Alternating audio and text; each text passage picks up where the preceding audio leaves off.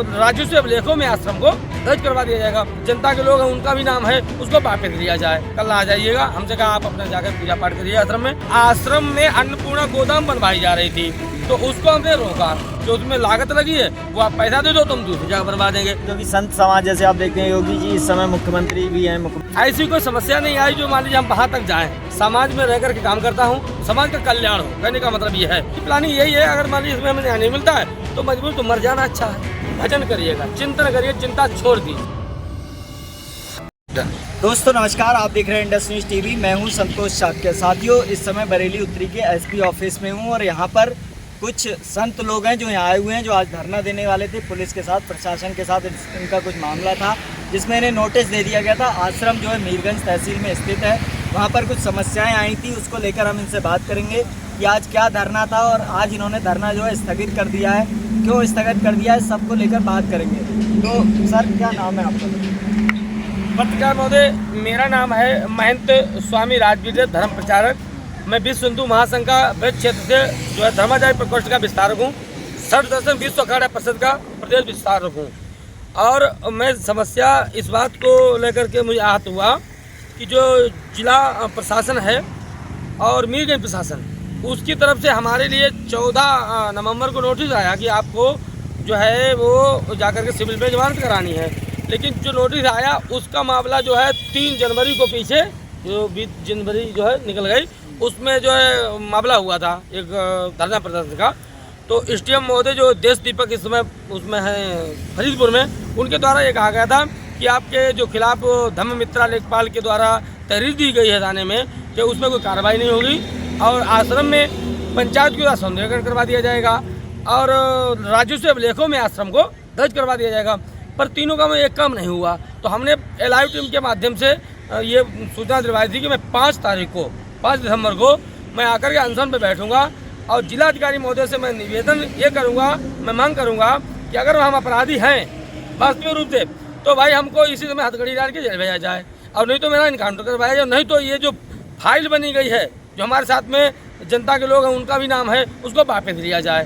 तो इसी को लेकर के हम जा रहे थे, पर हमारे पास सवेरे ही जो है थाने से सूचना गई आप पहले एक बार आकर के सीओ साहब से मिल लें। तो मैं यहाँ पे एसपी साहब से मिला, सीओ साहब से नहीं मिल पाया। मुकेश मिश्रा जी हैं जो एसपी साहब, उन्होंने हमको आश्वासन दिया कि महाराज जी आप इसकी चिंता ना करें। उन्होंने लेखपाल से भी बात की, धर्ममित्रा से, तो कहा आप कल आ जाइएगा। हमसे कहा आप अपना जाकर पूजा पाठ करिए आश्रम में, आपको इस प्रकार की कोई समस्या नहीं आएगी। हालांकि समझौता तो पहले हो गया था, लेकिन जो है दरोगा जी के विवेचना के आधार पर उनको सहमति पत्र नहीं मिला, उन्होंने चार्जशीट लगा दी, इसलिए हमारे पास नोटिस आ गया।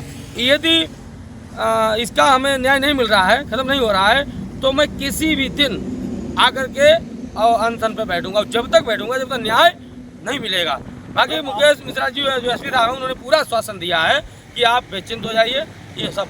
आपका आश्रम कहाँ स्थित है, कौन से ग्राम मेरा पंचायत में है? जी मेरा आश्रम भेटौली नंगला धनेटा फाटक में पड़ता है, मीरगंज बरेली में। तहसील मीरगंज है। तहसील मीरगंज है और धनेटा फाटक जो शीशगढ़ के लिए रोड जाता है। आप प्रशासन के साथ आपका क्या मामला हुआ था जिसको लेकर आपने धरना दिया ऐसा था? आश्रम में अन्नपूर्णा गोदाम बनवाई जा रही थी, तो उसको हमने रोका तो लेखपाल ने तहरीर दे दी थी सरकारी काम में बाधा डालने के संबंध में।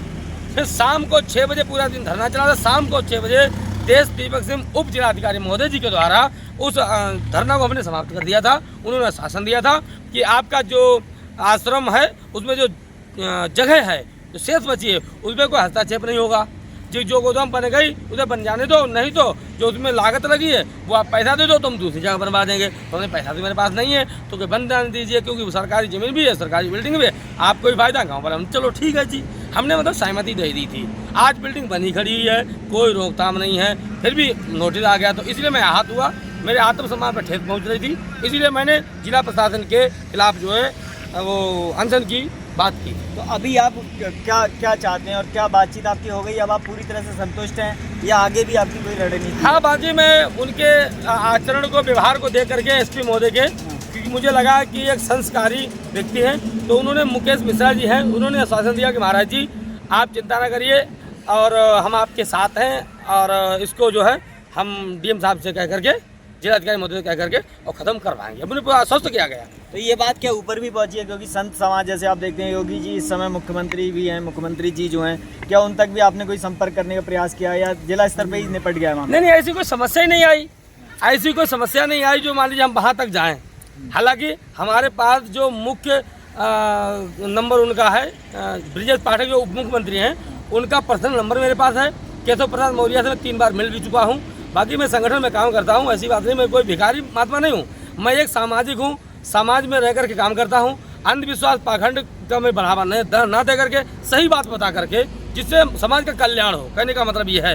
तो मैं इस बात को लेकर के चलता हूँ। ऐसी कोई बात ही नहीं है जो हम वहाँ तक जाएँ। जब यही समस्या समाधान हो जाए तो लखनऊ क्यों जाएंगे? आगे क्या प्लान है आपका? आगे कुछ करेंगे या आप पूरी तरह से? आगे हमारी कोई प्लानिंग नहीं, प्लानिंग यही है अगर मान लीजिए इसमें हमें न्याय नहीं मिलता है तो मजबूर तो मर जाना अच्छा है। बात यह है मर क्यों जाएंगे? भाई, जब नहीं देखो आत्मसम्मान पे ठेस पहुंच रही है तो इससे बढ़िया मर जाओ। समाज में जीना अच्छा नहीं है, क्योंकि हम अपराधी हैं। उसमें वो बता रहे थे भी महोदय जी, एसपी साहब कह रहे थे वो जमीन का कब्जा की धारा कुछ मारपीट की ऐसी, क्योंकि ये तो भाई प्रशासन को पता है, इन्होंने पढ़ाई की, हम तो पढ़ाई धर्म की है जी। धर्म के बारे में पूछिए, धर्म के लक्षण पूछिए, परिभाषा पूछिए, पूरा विस्तार से बताऊंगा।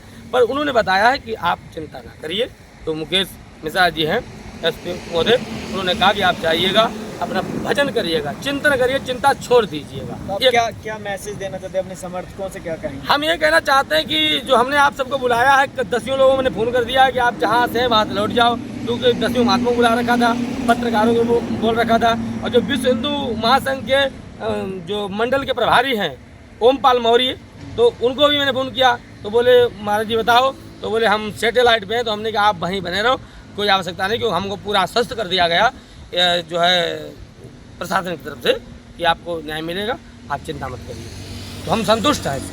तो दोस्तों ये देखिए शास्त्री जी का कहना है कि आज जो वो धरना करने वाले थे वो उन्होंने आज स्थगित कर दिया है, और उनका कहना है कि अगर न्याय नहीं मिलता तो भविष्य में भी वो ऐसा धरना कभी भी शुरू कर सकते हैं। लेकिन फिलहाल उन्होंने स्थगित कर दिया। वो अपने समर्थकों से भी कह रहे हैं कि इसमें अभी वो कुछ ऐसा करने वाले नहीं है, भविष्य में कैसा होता है वो आपको बताएंगे। सर, हमसे बात करने के लिए बहुत धन्यवाद। ओम।